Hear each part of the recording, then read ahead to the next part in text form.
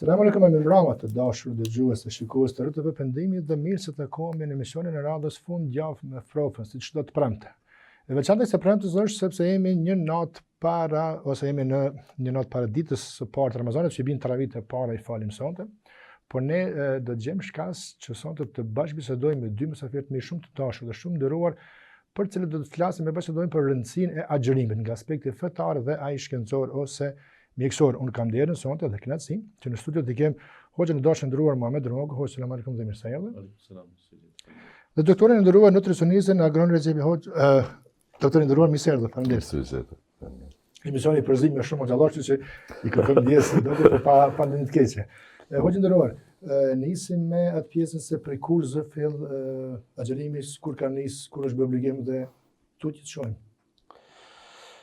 Bismillahirrahmanirrahim, alhamdulillah, wassalatu wassalamu ala rasulillah, wa ala alihi wa sahbihi wa man wala. Ajeti që tregon obligueshmërinë e agjerimit, në fakt ne na rrëfen se si jemi të parë që fillojmë me të. Allahu na thret me termin e besimit, që shiku nga prizmi profesional, kur në Kur'an thirrmi o besimtar, kemi të bëjmë me diçka që është detyrë fetare, islame, sheriatike, e që nuk është thjesht një udhëzim njerëzor që në raste të caktuara, në raste tjera thirremi o njerëz për shembull, ose o bita Ademit. Me o besimtar, atëherë sikur është transmetuar nga Omeri radiallahu anhu, që ka thënë se kur dëgjoni o besimtar, atëherë pritni një urdhër që ju vjen ose një ndalesë që duhet ta keni për një vepër të caktuar. Në këtë rast pra, kur Allahu thotë o besimtar, ja ayyuhalladhina amanu kutiba alaykumus siyam, është obliguar për ju agjerimi, kema kutiba ala alladhina min qablikum, sikur që ishte obligim edhe për popujt para jush. Në fakt jo vetëm agjerimi, edhe namazi, edhe zakati kanë qenë edhe tek popujt e mëhershëm. Isa alayhis salam në ato pak fjalët e tij që I foli si mrekullit në djep sa ishte, I tregoi se unë do të bëhem profet, por thot Zoti më porositi wa usani bis salati waz zakati ma dumtu hayya. Zoti më ka porositur që të falem namazin, të jap zakatin sa të jem gjallë. Që do të thot edhe namazi, edhe agjerimi, edhe zakati, madje edhe haxhi kanë qenë rituale që janë njohur edhe në tek popujt e tjerë. Mënyrat kanë mund të ndryshojnë. Pra nuk mund të themi se nuk kemi bazë se agjerimi ka qenë kaq ditë fillimisht dhe si ka qenë. Ka qenë vetëm në ushqime të caktuara, ka qenë mirë, po sikur që Zoti e thotë eyamen ma'dudat, disa ditë keni për të agjeruar, që më vonë në versetin tjetër na tregon si pikërisht, pra muaji Ramazanit është ai që tashmë ju do të agjeroni. Po. Me hec me dyshën, hoxhë dashur nderuar, s'kemi të bëjmë me 3 ditë, kemi të bëjmë me 30, me hec me dyshën tonë në popull që 3 ditë po 30 ajo fal ngatresë që na bëhet. Ja e bëjmë. Ngatresën nuk na bëhet, asnjëherë askush nuk e ka interpretuar ndryshe, por njerëzit gjithmonë mundohen të gjejnë rrugë të shkurta. Edhe ju e shihni na një nuk shkoj, nuk agjeroj, pritojmë me bë, nuk me një së shkurtibim, me një së me apostrofe bojmë, të shkoj. Pjesë mohuse. Na du më thonë, edhe në aspektin e të folunit I bim trup. Në këtë rast dëshiroj njerëzit që edhe në xhenet me mujt me hi për një natë, ose për 3 netë, ose për agjerimi në fakt është shkollë, agjerimi është kalitje, agjerimi do të thotë edhe sikur të mos e kishim kuptuar nga aspekti I ditëve së saj janë, synimi I tij nuk arrihet nëse do të ishte vetëm një ditë agjerim. Ne kemi plot rast kur agjerojmë vetëm një ditë për nafile, por në fakt edhe ti sot për shkak, na nesër do të agjerojmë inshallah. Dhe tash po çse thuhet të dielën më një herë kem Bajram, çfarë morëm nga kjo shkollë, nga çfarë mësimi ka, nuk përfitojmë asgjë. Kështu që këto 30 ditë të Ramazanit janë të njohshme shumë edhe tek ne shqiptarët, por njerëzit Dembel, po, mundohen që t'i bëjnë 30 ditë. Nuk janë 3, po është 1 muaj i plot. Alhamdulillah. Do të ndërrum. Cilat janë përfitimet e agjërimit për nga aspekti mjekësor, qofshin ditë tek që janë para sipas fesë, por edhe një muaj i plot, siç na urdhëron feja. Na tregov, na oriento pak për nga aspekti mjekësor shëndetësor, si të hyjmë në Ramazan, si të përcjellim dhe si të dalim prej tij. Fatkeqësisht është një emision shumë i shkurt për mi tregu gjitha ato të mira. Pak më herët hoxha përmendi obligimet që Zoti ka bërë njeriu, që nuk dihet data kur prej fillimit ka filluar ato obligime. Po mund të themi lirisht se të gjitha janë në të mirën e njeriut. Asnjë prej tyre ti e bani, nuk e bani as se mangan, as se plotëson Zotin, se ai s'ka nevojë për to. Ato janë të mirën tonë. Nëse marrim të parën, po e bëjnë hyjmë, inshallah do të kem kohë. Nëse marrim të parën, shtyllën e parë, besimin në Zot, që është një dhe se Muhamedi alayhis salam është i dërguar i Tij. Tu vjen shprehje një balancim i komponentës shpirtërore dhe trupore. Sepse shëndet quajmë kur kemi një mirëqenie biopsikosociale të njeriut. Bio, trupi kur është në gjendje të mirë, në trupin e mirë jeton shpirti, shëndosh, do të thënë psiko, e kur këto dy komponenta janë harmoni njëna me tjetrën, ai person është i pranueshëm për shoqërinë, vjen komponenta sociale. Kështu që nëse e zbatojmë, e kemi besimin e plot në Zot, ti komponentën shpirtërore që do të ngritë. Ndërkaq, nëse e bashkangjesim tash, gjithsesi bashkangjesim edhe besimin se Muhamedi alayhis salam është i dërguar i Tij, ne jemi të obliguar mi zbatu praktikën e Tij.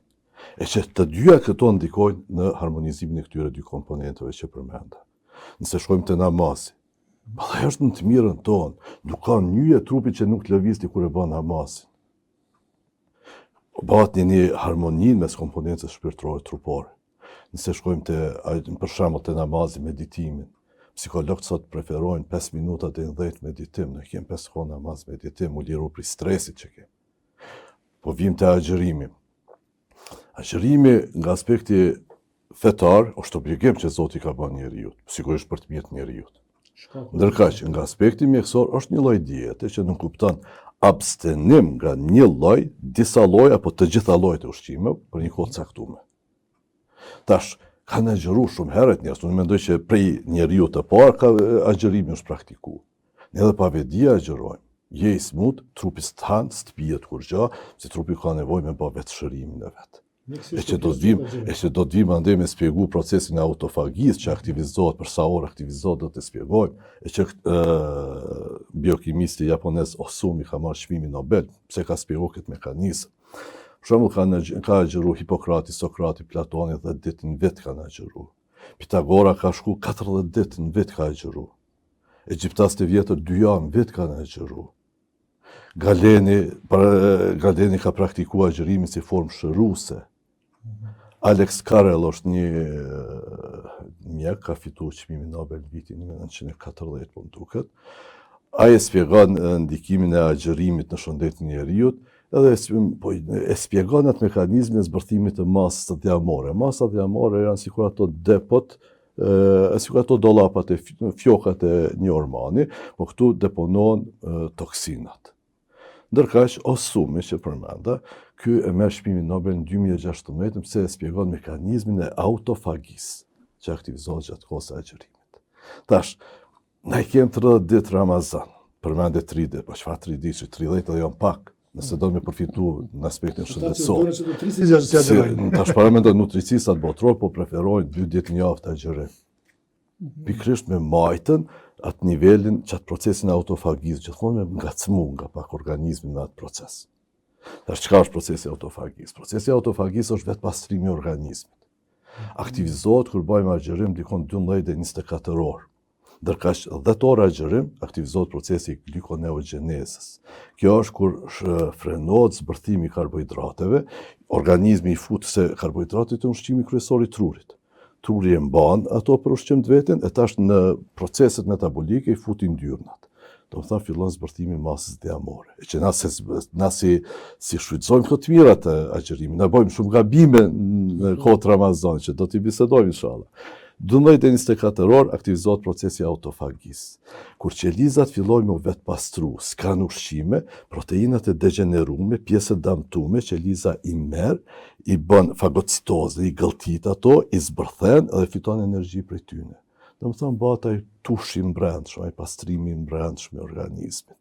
Ndërkaq 17 orë agjërim aktivizohen qelizat burimore, sperm cells, që thonë. Këto janë qeliza që prej tyne çdo lloj indi në trup formohet. Edhe tash mjekësitë moderne po përdoren të smundje degenerative, të smundje që kemi nduar që janë të pashërueshme, me këto po trajtohen, se këto fillojnë krijimin e atyre qelizave të shëndosha. Ndërkaq dikun 20 orë agjërim vije tek zbërthimi i pllakësave amiloide. Këto janë depozitime jo normale të proteinave në tru, kur formohen smundje degenerative të trurit. Edhe tash, në këtë agjërim fillon zbërthimi i këtyre proteinave.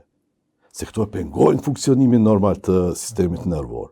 Edhe me zbërthimin e tyne do të pengohet formimi atyre pllakësave, ateromave, aterosklerozës në tru, ku madje vinë procese smundje tjera degenerative. Po fatkeqësisht, a dim të ushqemi gjatë kohës Ramazanit? Jo, nuk dim. Mandej, po vje koha Ramazanit 30 ditë i kam, unë as para, as mrapa nuk agjëroj. Po jo bre, nuk janë rastësisht 2 muaj apo 3 para Ramazanit shajt që përmendët. Këtë këto janë për të mirë tonën. Fillon me para përgatit organizmin tënë për kohën e Ramazanit. Se nëse prej një rrafshit jo agjërusit, po kalon rrafshin e agjërusit, është një stres për organizmin. Po nëse shkon dal nga dal, shkon me një tane tajte, shkon një ditë po një ditë, jo dhe sa të afrosh, ti vesh ki me hy dal nga dal në të rrafshin e agjërusit. U kry Ramazani. Ose ndërprej me njerë, tash Bajram, valon edhe ma, po ti që poj ushqimit, s'po ndohen a e ka bim është. Kujdes. Jo rastisht është e leju me ato 6 ditë shevallit me njerë mas ditës parë Bajramit. Dal nga dal zbrit, tash prej rrafshit të agjërusit, zbrit dal nga dal në jetën. Në do të pagnosh për Bajram. Jo bre, ndëgjë, tash, po? Me agjëru nuk pas ka problem, dhe ma deri në 20 orë. Varë, ndëgjë tash. Shëndetshëm, pra ata që jemi shëndetshëm, po. Jo, në anale që është gjithanë, se jo, disa smundje malinje të mëlqis nuk preferohet. Mirë po, ka shumë raste që është vërtetu që agjërimi është kurus shumë i mirë edhe të smundjet malinje, të ndryshme. Kështu që duhet mu shfrytzu që e pse, qelizat malinje, kancerogene, ato knaqen kur ka ushqim bollakshëm. Ambëlsira, ushqim bollakshëm, ato knaqen. Momentin kur i frenon ushqimet, edhe organizmi hyn në një fazë të urisë, të parat qeliza që damtohen, shkatrojnë këto qelizat malinje, ose ato që kanë predispozita mu malinizu. Për këtë arsye, mirë është, mos të markohen, mirë është që gjatë kohës së agjërimit, të ndijmë pak një djegësim bark, në lukth. Edhe kur gjë koha e iftarit, mos të hajmë bukë, thuese kur mas kina me pas mundësi me hangër, apo vjen si fyrë thuese edhe një javë tjetër s'kina me hangër. Mos të teprojmë. Të zbatojmë ajetin kuranor, hani pini mos të teprojmë. O, prej këtij ajeti, libra tanë shkruhen. Nëse zbatojmë, kina me pas sukses, edhe tek mbi pesha, edhe tek pesha normale, edhe tek nën pesha. Mrekullia që mundesh edhe me unë peshë dhe me shtu peshë, varësisht si ushqesh. Mos marko ma shumë se besoj që do të kemë. Ka për detyrë, për obligim, përmendet udhëresën që pas së herë thotë besimtar, diçka ka menaxhet, e mirë ose jo e mirë, si mos shpjegoj këtë. Kush e ka për detyrë me agjëru Ramazanin e kush jo?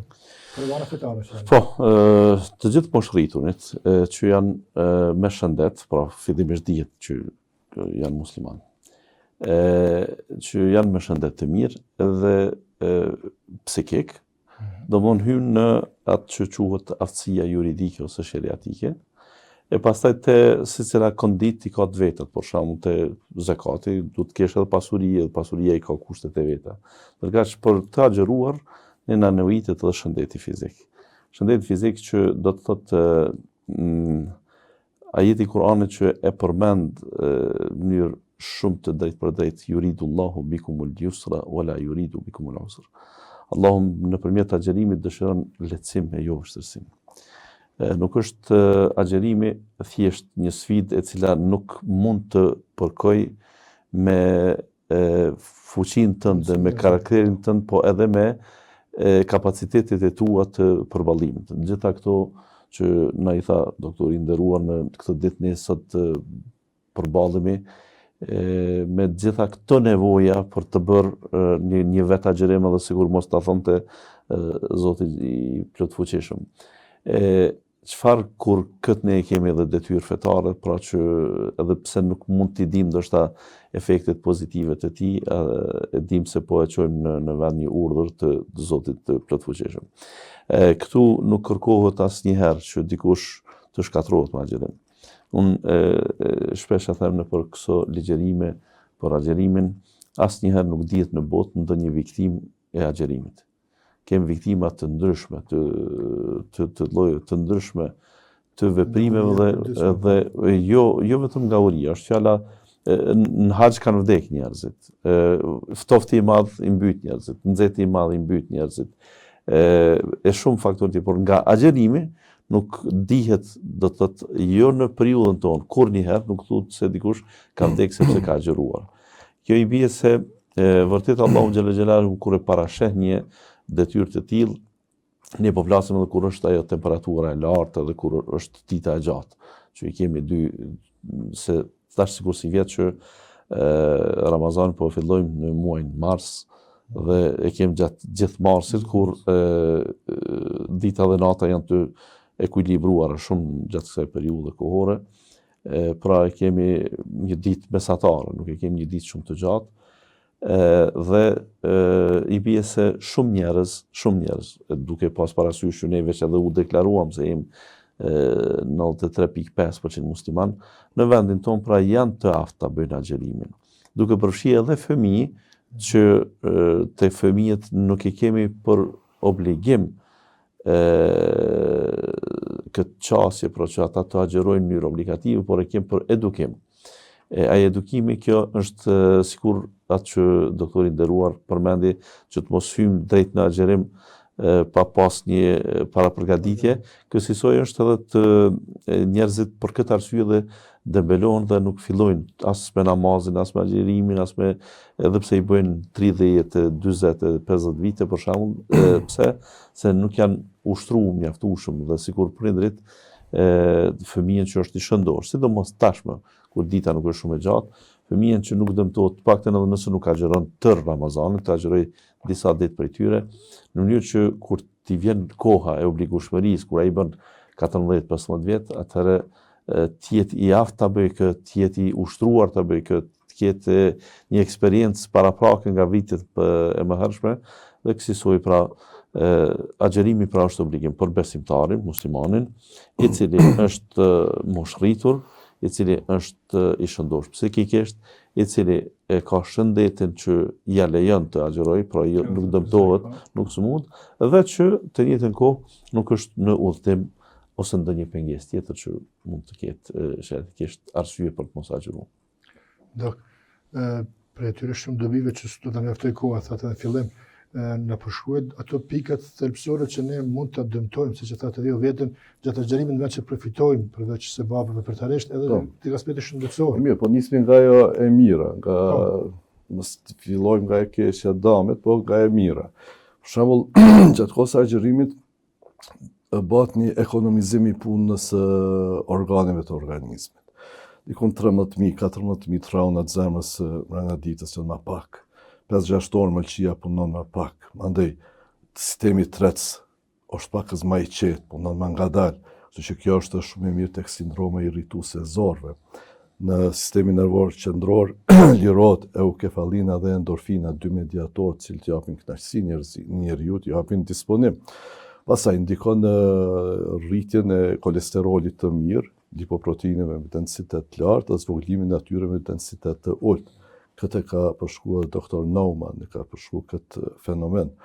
Ndërka që tek shtypja e gjakut ndikon në një farë mase e inhibon për sistemin nervor vegetativ simpatik, i cili kryesisht ka funksionin edhe mi ngushtuar të gjakut, kështu që vjen një relaksim janë të gjakut dhe normal një ramje e lehtë e shtypjes së gjakut. Të mirat janë të shumta. Po tash a ka dame?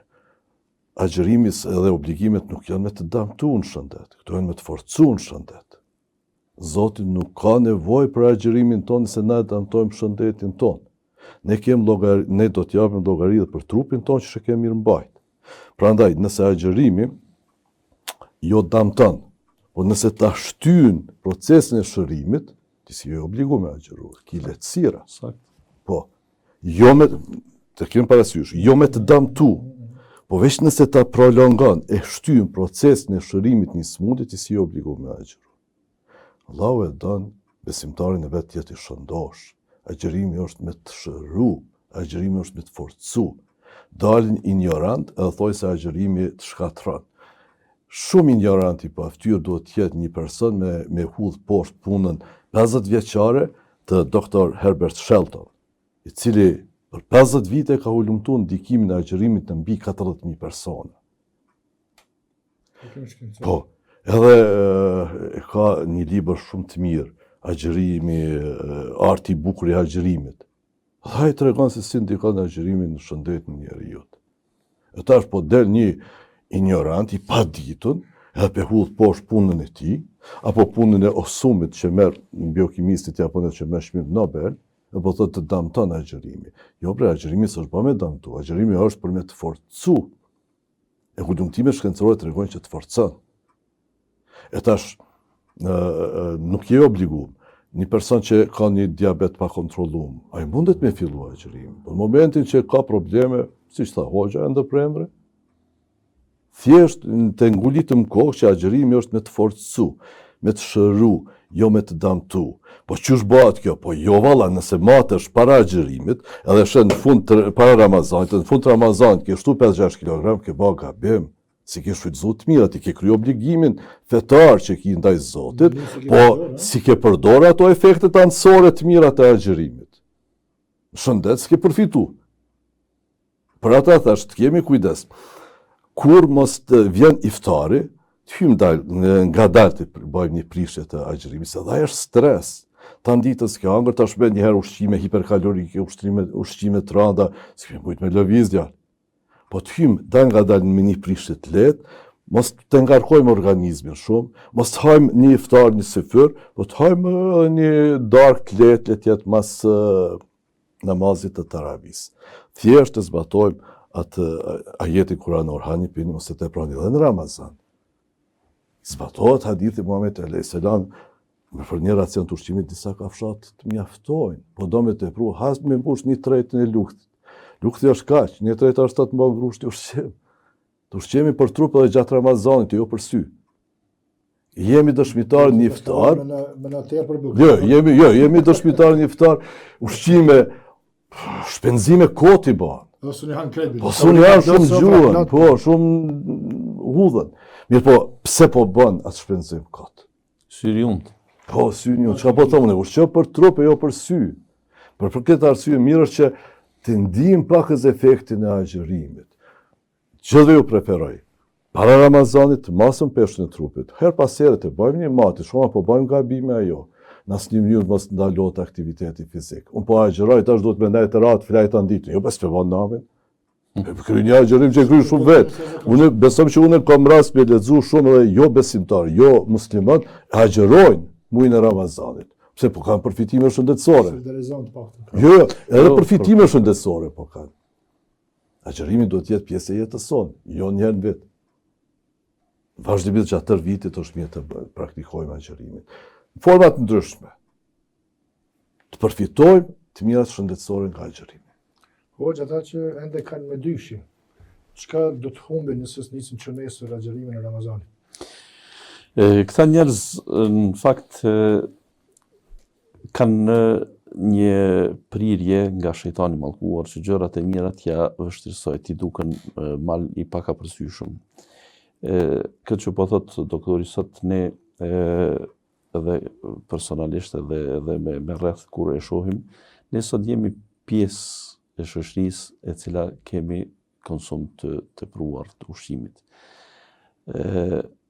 Atë agjerimin e padëshirueshëm që e përmend doktor, ne shpesh e gjejmë veten që u bë akşam, ndoshta një kafe 2 ke pi gjatë ditës se s'ke pas kohë për tjetër, dhe kjo shumë njerëzve me dinamikë që ndodh. Ke bie se sot organizmi jon mund të qëndrojë disa ditë pa ushqim në kuptimin e rezervave të yndyrnave dhe të sheqerave që i ka. Mbi 2 muaj. Dhe mbi 2 muaj. Mbi 2 muaj është diku 60 e 70 ditë një organizëm 7 kg, një mashkull, nëse hidratohet si duhet, pa ushqim fare, pa u damtuar organizmi, mbi 2 muaj mundet me jetu pas një problem shëndetësor. Shumë teza po bien poshtë fatmirësisht. E tash nga çfarë friksohet njëri? Ne realisht kemi kaluar nga shoqëritë, bile nga të parë tonë, që ata janë ushqy për të jetu, e na jetojmë për të ushqy. Do thotë ne e kemi shndruar në dëshirë, në pasion që është në ushqim. Ne ham një ushqim sepse na hahet, sepse kemi dëshirë. Në atë shumë ajo ka kaluar në atë pjesën që mund të mos jemi edhe të kontrolluar. Do thotë qoftë në sasinë që e marrim në atëherë, në dozën që e marrim, po edhe në herat që i marrim gjatë ditës ose gjatë javës të ushqimeve të caktuara. U përmend baklavaja e Bajramit për shembull, por ajo e ka pas efektin e vet se ka qenë 2 herë në vit të burr. Sot baklavan e kanë për ditë, domethënë do thotë çdo, dhe i bie se këtë konsum tashmë nuk e kemi një herë për çef ose çdo Bajram ose çdo festë ose çdo. Për këtë po them që njerëzit nuk duhet absolutisht të prihen nga frika se çka bëjnë nesër nëse agjeroj. Ti çka bën, mund të pyesësh jo hoxhën në këtë rast. Ata që kanë filluar një vit përpara, 2 vite përpara, të shohësh dhe hajde të shohim ku janë varret e atyre që agjeruan vjet për herë të parë. Nuk e kemi tash, askush nuk ka vdek. Provoje. Mos e le shejtanin të thotë nesër nuk mundi sepse ke këtë punë ose këtë detyrë ose këtë udhtim ose këtë edhe që të arrish dhe në gjysmë të Ramazanit dhe tani ta jep atë arsye tjetër, po tash është turp, po shkoj gjysma, tjetër kanë agjeruar ti kishe për bojbetin e tjerë. Me fjalë tjera njerëzit kanë nevojë për përgatitje shpirtërore. Ai je besimtar asje. Pse vjet nuk e agjeru, duhet të bëj ndërgjegjje që në vitin tjetër, pra si vjet të fillosh dhe të mos e ndërpresh një praktikë të tillë. Ne nuk do të jemi besimtar sezonier. Nuk do të jem të momentit. Duhet ta kem parasysh për kushtimin ndaj Zotit të madhëshëm se nëse ne na vjen vdekja, nuk duhet të jemi të papërgatitur. Çfarë kemi thonë Zotit, pse nuk agjerova? Pse nuk agjerova? Ti themi nga të mirat tua Zot nuk agjerova. Kështu do t'i del. Se u friksova që në pa të mirat e tua nuk mund të jetoj. Ai që t'i dha këto të mira, ai që t'a dha shëndetin, ai që t'a dha dëshirën dhe pasionin për të ushqyer, t'i dha gjitha këto dhe po kërkon prej teje, hajt bënu burr pak, hajt përmbaju pak, hajt ta shohësh me sy e të mos e futësh në gojë, pra ta shohim këtë ndalje që në këtë rast kjo na e fakton një gjë tjetër, mbi zotrimi i arsyes mbi materien. Ti për këtë je njeri, për këtë je i dalluar për tjerë, për këtë dielli të shërben ty. Ka një urdhër nga Zoti që të jetë në shërbim tëndin për çfarë arsye, sepse ti je njeriu që Zoti i ka dhënë mendjen, kjo mendja, kjo arsye e tij është që e mbizotron këtë njeriu shtazor, epsharak e tjera, dhe kjo me agjerim më smiri, më lehti merret kjo shkollë që ne ti mësojmë sikur që ka në hadithin e të dërguarit sallallahu alaihi wasallam, ai që nuk e lën fjalën e rreshme gjatë agjerimit, nuk ka nevojë të agjeroj. Pra nuk është qëllimi vetëm të braktisim ushqimin, është qëllimi që ne ti themi gjithë shkafit që është e keqe pastaj, edhe aspektit mendor, edhe aspektit social. Ne jemi shumë më lehtë të kemi mundësinë pra ta kontrollojmë fjalorin. Nëse unë ujit që kam nevojë për të, po i them jo, që është instinkt, sikur tash unë do të thotë vetëm pse e kam afër dhe pak thahet goja, është instinkt ta pi ujin. Nëse këtij them jo, atëherë gënjeshtës që duhet mirë ta mendoj. Do të mirë, po, se që të mos zbulohet, atëherë këtë shumë lehtë kam që të largohem prej saj. Po, shumë interesant, se këtu në të musliman, agjërimin e praktikojnë edhe religionet tjera. Edhe njerëz për çfarë agjeron, vetëm ujpin, s'han kur gjatë. Ai është një lloj agjërimi. Po te na është ajo karakteristika se agjeron edhe komponenta shpirtërore dhe ajo trupore. Të agjeron e syri, edhe veshë, gjithë e tërë qenja njeri agjeron. Shumë është mirë, se po kysh na pa pyetje, po bëjmë një bisedë. Është ti kushtojmë rëndësi hidratimit, ma tepër se sa ushqimit. Hidratimi duhet kushtuar rëndësi. Në asnjë mënyrë mos prishet agjerimi në kohë të iftarit me langje, sidomos me ato të gazuara. Nëse veç po don me pi lang të pembe, le të jetë 100%, ato zbute mandej një me ujë. Për shkak se nuk absorbohet në zor. Më e mira është uji i thjeshtë. Kjo absorbohet shumë shpejt dhe vjen te hidratimi i organizmit. Këtu është me rëndësi të kushtojmë rëndësi hidratimit prej iftarit deri në syfyr, madje për sa ushqimet. Ushqimi mirë është që të mirët nga pak, disa shujta, pa e ngarkuar organizmin shumë. Ku do me hangër iftar tepër, gjë namazit taravih, të me kthy ushqimin sejdën, s'mund është të si duhet. Kështu që mirë është shkojmë ngadalë. Një iftar i lehtë, një drek shumë e lehtë në kohën pas namazit të taravih, dreka zakonshme kam fjalën, kur si e agjerueshëm, shumë e lehtë le të jetë një darkë pas namazit të taravih, edhe një shujt e lehtë me drithra, me kas, me çka do të qoftë, ushqimi i lehtë në kohën e syfyrit. Të kemi kujdes. Çaj zi, kafja, kohë syfyrit në asnjë mënyrë, nuk preferohen. Mund është në kohë të iftarit, po Allah s'poj pa çaj zi në kohë syfyrit, është një shprehi jo e mirë.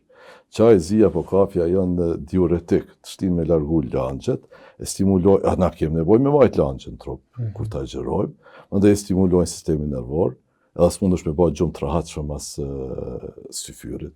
Kështu që ato mund është në kohën e iftarit, kur të vynë pak më stimulu, të vynë pak me fitu fort, për me vazhdu obligimet.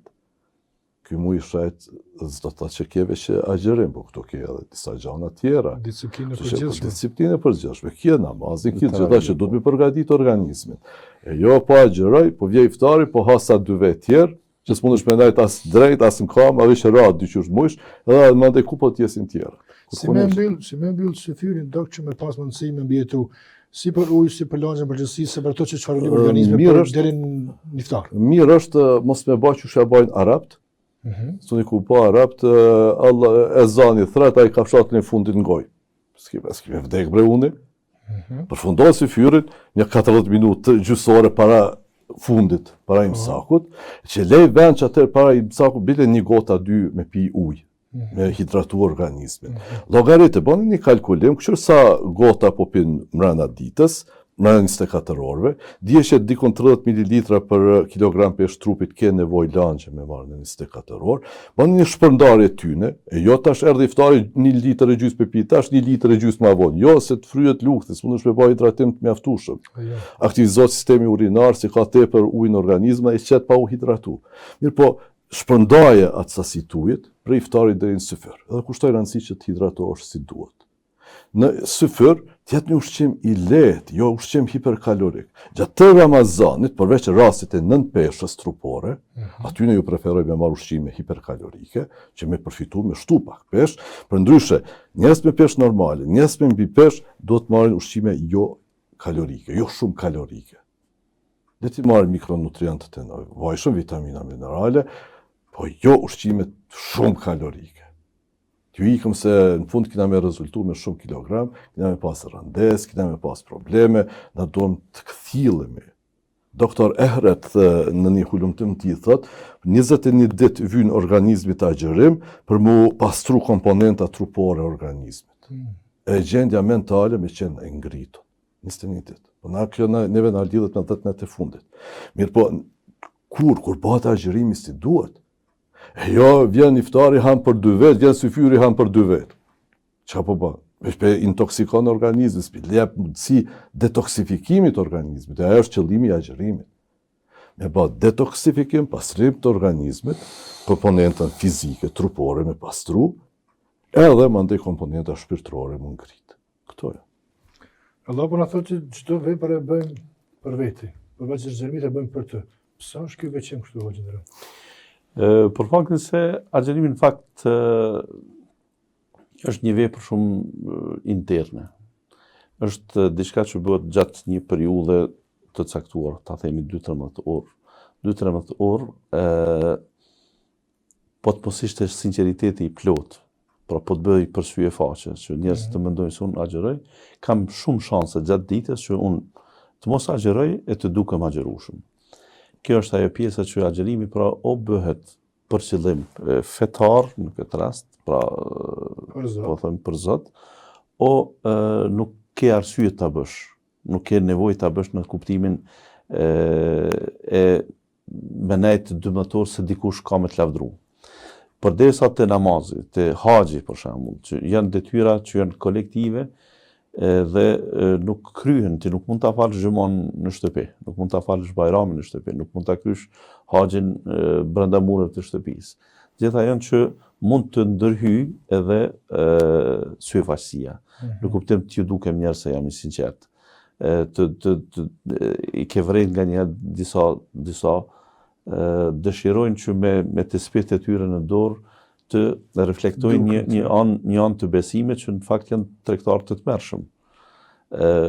Pse kanë nevojë këtë? Se është metodë për ta fituar, domethënë një besim tjetër. Po duhet të them se ne në aspektin fetar rrezikohemi që veprat na humbin, edhe kur janë vepra të mira, na humbin kur niyeti i tyre nuk është shumë i mirë. Për këtë ne shpesh do të thotë që edhe unë marrnitem sa herë dëgjoj doktorin dhe kolegët e tij për çështjen e agjerimit, por thënë të drejtën bile jem nga ata që kem nevojë për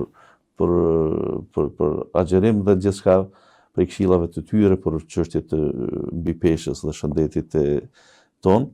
Mirë po, ne duhet megjithatë çështjet i orientojmë. Kur gjërat bëhen për hir të Zotit, edhe nëse nuk ja dim në atë kuptimin rrjedhën e detyrës, ta themi, se si ka ardhur te ajo, kur i besojmë Zotit se ai na ka thënë ta bëjmë, ne e bëjmë për të. Dhe agjerimi është për hir të Allahut, në kuptim nuk bëhet për hatër të profetit. Nuk bëhet në ushtri kanë mund të shkojnë njerëzit për hatër të pejgamberit sallallahu alaihi wasallam që të mos e luftojnë armiqtë e tij edhe nëse se kanë pas shumë ndjenjë të jetë. Domethënë është gjë ta rrezikojë jetën për ta shoqëruar një të dashur, një të afër, një mik e tjera. Dhe te agjerimi pra është thënë kjo në hadithin kutsi që bëhet vetëm për mua. Dhe unë shpërblej. Dhe unë shpërblej pra i bie se shpërbimi nuk është i zakonshëm. Sepse ngërthehen te agjerimi pra ajo burrnia që e thash, abstenimi, që unë për hir të Zotit nevojave të mia ju them jo. Pastaj është durimi. Është një diçka që është tepër sublime tek njeriu, domthonë disiplinë e vete. Është solidariteti. Njeriu pse ne kur u përmend gatuajmë shumë gjatë ditës Ramazan. Pse ne kur jem të uritur nuk është të preferuar të bëjmë shopping? Sepse blen sene të pakontrolluara, se njeriu ndikohet nga ajo pjesë. Mirë, kur je shumë i ngopur, kur ti e mendon se dikush është i uritur, kur je ti njeri solidar, human, kur? Pra gjithmonë kur të mungoj ty, kur ti je i shtrirë në spital, të kujtohet sa njeriu ka qenë në spital dhe ka qenë e mirë që ti vizitosh. Ne kur shkojmë në të pame, shpesh njerëzit na thonë sepse vdekjet nuk i kemi të shpeshta në familje, thonë se tash po e kuptojmë sa rëndësishme që ka marrë dikush me të pa. Pra me fjalë tjera, ky solidariteti me njerëzit, çështja e ndamjes së pasurisë në një farforme e vërtet që unë e kam fitu vetë me djersën time. E vërtet është që ai tjetër nuk ka hise tek unë në kuptimin e të drejtës, por në një farforme barazia sociale ai i uritur, unë i ngopur nuk shkon, nuk duhet jetë tek njerëzit jo, pavarësisht arsyeve që kanë çu te varfënia dikujt dhe te pasurimi i dikujt tjetër. Andaj solidariteti me agjerim është shumë i avancuar. Lutjet pastaj, njeriu kur është në një ibadet të caktuar, lutjet e tij pranohen edhe më lehtë edhe më afër. Pastaj vetë Ramazani Vetë Ramazani që ka mirësitë e tjera kur veprat janë më të paguara, kur do të thotë vetë frymëmarrjet e tua numërohen sikur të ishin madhrim të spe. Pastaj namazi teravive që fuqinë e ka sunet, nuk është farz, nuk është detyrë, por kur e merr dhe çfarë përshkruan për namazin e teravive, hadithi i të dërguarit sallallahu alaihi wasallam, është po të njëjtën që përshkruan për agjerimin, pra kush agjeron me iman të plot dhe para llogarit do t'i falë mëkatet. Njëjtë thotë dhe kush e ngjall natën e Ramazanit me iman të plot dhe para llogarit i falë mëkatet. Do thotë si një vepër që është obligative, po e kry ka të njëjtën detyrë, si kjo që është jo obligative, po kry ka këtë detyrë. Bile në këtë rast ata që janë të sëmur, ata që nuk mund të agjerojnë, sidomos që kanë smundje kronike, mos ndihen keq erdhi Ramazani dhe për mua unë s'kam Ramazan. Jam shumë kundër kësaj shprehjes që fjalën Ramazan e lidhin me agjerim. Ti ke Ramazan sepse je në Ramazan, sepse veprat e tua shpërblen si të gjithë tjerëve në Ramazan ani pse nuk i agjeru shumë. Të mos e mendojmë që fjala Ramazan nënkupton agjerim vetëm. Ai është muaji që është në cilin ka zbrit Kurani, është muaji i Kuranit, mund të merresh me lexim të Kuranit, edhe në kuptimin e sasisë, po edhe në kuptimin e cilësisë, pra të lexosh në Ramazan mirë për të thellësuar. Patjetër se këto vinë me Ramazanin, jo me agjerimin. Ndërkaq ti për shkak të shëndetit tënd që nuk mund të agjerosh, je i amnistuar. Jemi në fare në fund të emisionit një pyetje për të dytë. Fetarisht dhe mjekësisht, si të hyjmë dhe të dalim faqe barë në Ramazan hoqë ndërum dhe do kënë ndërum? Besoj që duhet jemi në gjendje të përgjigjemi njësoj, po duhet të hyjmë ndryshe, të dalim ndryshe. Derisa e thash në fillim, kjo është shkollë, atëherë nuk është në rregull që ne të hyjmë edhe të dalim me të njëjtin avaz. Pra në një forme, shpirti jon ka nevojë për fisnikërim. Shpirti jon ka nevojë për pastrim. Ai hidratimi i shpirtit që po e them unë kësaj tash. Me agjerim pastrimi ndodh jashtëzakonisht shumë. Dhe ti vetë mund ta shohësh veten se në një qasje të gabuar ose një vest të gabuar që e ke pas, a je më i afërt tash ose më i aftë, ta themi më mirë, që ta braktisësh. Edhe nëse se ke pas në plan. Për e marrë shembull, duhani konsiderohet edhe mëkat. S'është më rëndësi sa është mëkat i madh ose i vogël, po është mëkat. Dhe tash, nëse ti nuk e pas këtë plan, për shembull, që të merresh me duhan, po e ke vrejt veten se i ke frejt e mirë për 12-15 orë për këtë vest të keq. Atëherë, pse ti të mos provosh diçka më tepër nga vetvetja? Nga çdo Ramazan ne duhet të nxjerrim diçka më tepër. Për shembull, nëse jo vetëm sim, po praktika. Nëse më herët nuk kam lexuar mjaftueshëm Kur'an, lexo dhe bëj pjesë të jetës tash e tutje. Nëse çdo herë kam agjeruar vetëm Ramazanin, duke u bazuar në këto që u than, atëherë ti praktikoj bile 3 ditë në muaj. Ta agjeroj gjatë tërë vitit nga 3 ditë. Nëse këto i kam bërë që në vitin e kaluar, që 3 vite, atër të filloj me atë agjerimin të hanëve të ejteve. Domethënë, nga çdo Ramazan të nxjerrim diçka që është më e mirë për ne, sepse çdo herë jemi të vjetër, çdo herë jemi afër vdekjes, çdo herë më pak kemi për të jetuar nga ajo që kemi pas në vitin e kaluar dhe ne duhet ta shtojmë të mirën dhe ta paksojmë të keqen. Po shpërnderit, Allah shpëleft. Më ndjeçuar shpërnderit edhe për ju. Do të ndërum? Po, gjithçka lidhet me shëndetin e njeriut, edhe agjerimi dhe namazi, edhe gjitha obligimet. Pse? Për arsye se vetëm në trupin e shëndosh, shpirti shëndosh. Allahu neve na don që të jemi të shëndosh, edhe në aspektin shpirtëror dhe atë fizik. Ndërkaq që unë shfrytëzoj rastit ju uroj një agjerim të lehtë gjithë muslimanëve, gjithë atyre që agjerojnë po muslimanëve, edhe të pranojmë inshallah. Po të kemi kujdes që të përfitojmë ato efektet anësore të agjerimit. Mos të kryjmë vetëm si obligim, se çdo musliman e di që ka obligim, aty s'ka atë agjeroj, mos të agjeroj, duhet mi kryj obligim. Zgjedhur çështja. Ai që i ka mundësitë, kushtet duhet mi kryj. E kam fjalën sa i përket aspektit shëndetësor. Po e krye obligimin ndaj Zotit, përfito se çdo obligim Zoti që ta ka qu për me pas ditë përfitime shëndetësore të mira, po. Prandaj mos të teprojmë në ushqime, të hidratohemi si duhet, bëjmë aktivitete fizike si duhet, me rregull, edhe besoj që do t'i përfitojmë edhe ato efektet anësore, do të kemi shëndet më të mirë. Mos të ndalemi të 30 ditë Ramazan, një muaj Ramazan, agjerim. Të zbukurojmë se nutricistat botëror, tjera fe, po preferojnë 2 ditë në javë të agjerim. Pikërisht me majtë procesin e autofagjisë aktiv. Non-stop të kime pastru organizmin, se në 11 muaj intoksikojmë organizmin tonë. Tash po presëm një muaj mi pru këtë pikën 0. Jo, maje tanë jetën, tanë vitin, tanë jetën, maje vetën në qato proceset e shëndetshme të kemë si duhet. Mendoj që mirë është përfitojmë nga agjerimi. Të matemi sa kilogrami kemë fillim, her pas here nuk prish punë me ju pakën peshore, edhe me pas se ku po shkojmë në fund. Përfitojmë, e kemë rastin ideal. Edhe të vazhdojmë. Po, përnderishëm, zotë ndërëf. Unë shkam e hekë, veç të lutemi që të presim Ramazanit, të përcjellim me faqebardh edhe me këshillat e hoxhës dhe doktorit nëse duam vërtet që të përfitojmë si nga ana shpirtore, si nga ajo pjesa fizike e jonja. Ju qëndroni me ne sepse ne do të qëndrojmë me juve gjatë gjithë Ramazanit. Dhe tek kemi tonë të radhës se na marrë këmbë dhe mirëmbëjtje.